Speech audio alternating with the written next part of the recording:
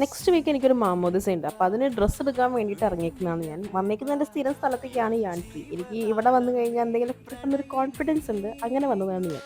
First try ചെയ്തത് ഈ blue ഡ്രസ്സാണ്. നല്ല ഭംഗിയുണ്ടായിരുന്നു. എൻ്റെ നെക്കാണ് എനിക്ക് ഏറ്റവും ഇഷ്ടമായി. കഴുത്തിന് ആരും നെക്കി പിടിച്ചിട്ട് കോളറിട്ട പോലെ. 10 ആളുടെ ഇടയിൽ ചെന്ന് നിന്നാൽ നീ കൊള്ളാലോടി പെണ്ണെ അങ്ങനെ പറയണം. അങ്ങനത്തെ ഡ്രസ്സാണ് എനിക്കിഷ്ടം. പിന്നെ ട്രൈ ചെയ്തത് ഈ ഒരു ഗ്രീൻ ആയിരുന്നു. ഇത് പക്ഷേ എനിക്ക് ലൂസാണ്. ഇടയിൽ ഊരി പോകുന്നുണ്ടായിരുന്നു. പിന്നെ ട്രൈ ചെയ്ത എൻ്റെ മോസ്റ്റ് ഫേവറേറ്റ് കളർ. എനിക്ക് ഇങ്ങനത്തെ പേസ്റ്റൽ ഷെയ്ഡ്സിനോട് ഭയങ്കര ഇഷ്ടമാണ്. ഇതിൻ്റെ ഒരു യുണീക്നെസ് എനിക്ക് ഫീൽ ചെയ്തു. പക്ഷേ ജസ്റ്റ് 9500 ഇതിനുള്ളൂ. ഇത്ര വിലയുള്ളത് എൻ്റെ മാമൂദിച്ചെന്നല്ലല്ലോ, അതുകൊണ്ട് ഞാനത് എടുക്കില്ല.